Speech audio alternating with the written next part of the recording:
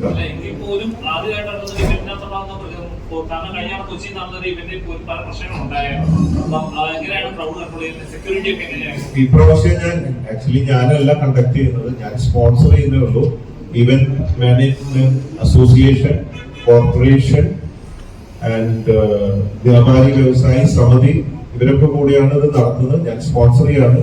അതുകൊണ്ട് അവരൊക്കെ വളരെ നല്ല രീതിയിൽ തന്നെ അതൊക്കെ ചെയ്തിട്ടുണ്ടാവുന്നതാണ് എന്റെ വിശ്വാസം. അതിനുവേണ്ടി വളരെയധികം അവര് പോലീസ് വന്ന് ചെക്ക് ചെയ്യലും പിടിക്കലും ബാരിക്കേഡ് തിരിക്കലും ഒക്കെ ആയിട്ടുള്ള രീതിയിൽ വളരെ സേഫ് ആയിട്ടാണ് ചെയ്യുന്നതെന്നാണ് അവരൊക്കെ അറിയിച്ചിട്ടുള്ളത്.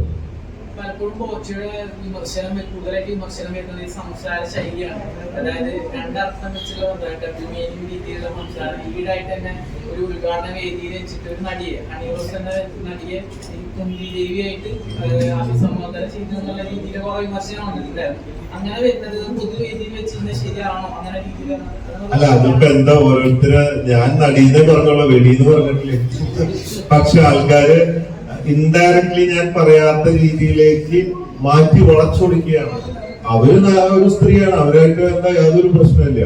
ഒന്നാമത് ഈ എന്റെ സോഷ്യൽ മീഡിയയിൽ നോക്കി നടിമാര് വന്നു പോയാൽ തന്നെ പറയും, ബോച്ചെ അവിടെ അണിറോസ് താമസിച്ച് മറ്റേ ഹോട്ടലിലാണല്ലോ, ബോച്ചെ അവിടെ തന്നെയാണോ താമസിച്ച്, എങ്ങനെ കിട്ടുമോ, എത്ര, ഇങ്ങനെയൊക്കെയുള്ള ചോദ്യങ്ങളാണ്. സത്യത്തില് ഞാൻ ഈ നടിമാരായിട്ട് യാതൊരു ബന്ധവുമില്ല. എനിക്ക് അങ്ങനത്തെ ഒരു വീക്ക്നെസ്സും ഇല്ല. എനിക്ക് എന്റേതായ ഫ്രണ്ട്സ്, എന്റേതായ ഒരു മേഖലയുണ്ട്. അപ്പോ അവരെ ഞാൻ മാർക്കറ്റിങ്ങിന് ഉപയോഗിക്കുന്നു, അവർക്ക് അവരുടേതായ റെഗുലറേഷൻ കൊടുക്കുന്നു. മാത്രമല്ല അങ്ങനെ ഒരു ചിന്തയുണ്ട്, ഈ നടിമാരൊക്കെ പ്രശ്നക്കാരാണ്, എല്ലാവർക്കും ഇങ്ങനെ കിട്ടുന്നുള്ള പോലെ ഒരു ചിന്ത. അതൊക്കെ തെറ്റാണ് ശരിക്കും പറഞ്ഞാൽ. അവർക്ക് അവരുടേതായ മാന്യതയും കാര്യങ്ങളുണ്ട്, അവർക്ക് അവരുടേതായ പ്രൊഫഷനുണ്ട്, അവരുടേതായ വരുമാനമുണ്ട്, കാര്യങ്ങളുണ്ട്.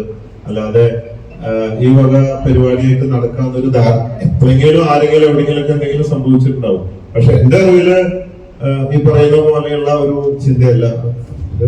തെറ്റിദ്ധാരണകൾ പലതും ഉണ്ടാവും. അങ്ങനെയൊക്കെയാണ് ഈ പറഞ്ഞ പോലെ കുന്തി ദേവിയാണ് ഉദ്ദേശിച്ചത്.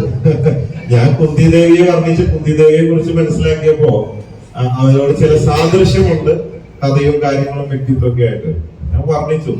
പിന്നെ എന്താ പറയാ, ഈ വാക്കുകൾ കണ്ടുപിടിച്ചത് ഞാനല്ലല്ലോ. അക്ഷരങ്ങളൊന്നും അക്ഷരം നമ്മൾ പഠിക്കുമ്പോൾ നിങ്ങൾ അല്ലേ വാക്യത്തിൽ പ്രയോഗിക്കുക, അങ്ങനെ എഴുതുക, അങ്ങനെ തിരിച്ചെഴുതുക, കൂട്ടി എഴുതുക, ഇതൊക്കെ നമ്മൾ പഠിപ്പിച്ചതാണ്. അപ്പൊ ഇതില് മോശമായി തമാശ പോലെ എടുക്കണമെങ്കിൽ അങ്ങനെ എടുക്കാം. കുന്തി ദേവി എന്ന് പറഞ്ഞ ഒരു ഉണ്ടല്ലോ, അങ്ങനെ ഉണ്ടല്ലോ, ശരിക്കും അങ്ങനെ എടുക്കാം, ഇങ്ങനെ എടുക്കാം. അപ്പൊ ഓപ്ഷൻ ഉണ്ട്. ഞാൻ എന്റെ സ്റ്റാർ ജെമിനിയാണ്. ജെമിനി എന്ന് പറയുമ്പോൾ ഡ്യുവൽ ക്യാരക്ടറാണ്. ഇന്നത്തെ മൂഡല്ല നാളത്തെ മൂഡ്, ഡിഫറെന്റ് റോളില് പോയിക്കൊണ്ടിരിക്കുകയാണ്. അപ്പോ രണ്ട് ഓപ്ഷൻ ഉണ്ട് ഇതില്. എങ്ങനെ എടുക്കാം, അങ്ങനെ എടുക്കാം, എങ്ങനെ വേണേ എടുക്കാം. ചിരിക്കാൻ താല്പര്യമുള്ളവര്, കൂളാവുന്നവര്, ലൈഫ് എൻജോയ് ചെയ്യാൻ ആഗ്രഹിക്കുന്നവര്, എന്റർടൈൻമെന്റ് ആഗ്രഹിക്കുന്നവർക്കൊക്കെ അങ്ങനെ എടുക്കാം. സീരിയസ് ആയിട്ടുള്ളവർക്കൊക്കെ മറ്റേ അർത്ഥത്തിൽ എടുക്കാം. എന്നെ ചീത്ത പറയാം, ഒരുപാട് പേര് അപ്രീഷിയേറ്റ് ചെയ്യുന്ന, എൻജോയ് ചെയ്യുന്ന എന്റെ വീഡിയോ എത്രയോ ലക്ഷക്കണക്കിന് ആൾക്കാരുണ്ട്. ഇന്നലെ ഒരു വീഡിയോ ഇട്ടത് ഇന്ന് 30 ലക്ഷത്തോളമായി. ഒക്കെ പോസിറ്റീവാണ്. ഒരു 10 പേര് അവിടെ നെഗറ്റീവ് ഇട്ടിട്ടുണ്ട്. അത് അവര് ഫേമസ് ആവാനാവാം, അല്ലെ അവര് പുണ്യാളന്മാരായതുകൊണ്ടാവാം. പല ഓപ്ഷൻസ് ഉണ്ട്.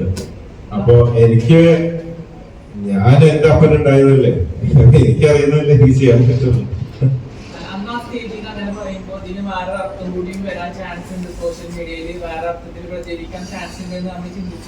ഒന്നൊക്കെ ചിന്തിച്ചിട്ടുണ്ട്. ഞാൻ ഒരു കാര്യം പറയുമ്പോ രണ്ട് ഓപ്ഷൻ ഉണ്ട്. കുറെ പേര് ഇങ്ങനെ എടുക്കും, കുറെ പേര് അങ്ങനെ എടുക്കും എന്നുള്ളത് നമുക്കറിയാം. ഇപ്പൊ നമ്മള് സിനിമ വരുമ്പോ കണ്ടില്ലേ തമാശ പടങ്ങളുണ്ട്. ഏതെന്നാളൊരു സിനിമയില് ഭയങ്കര തെറി പറയുന്നു,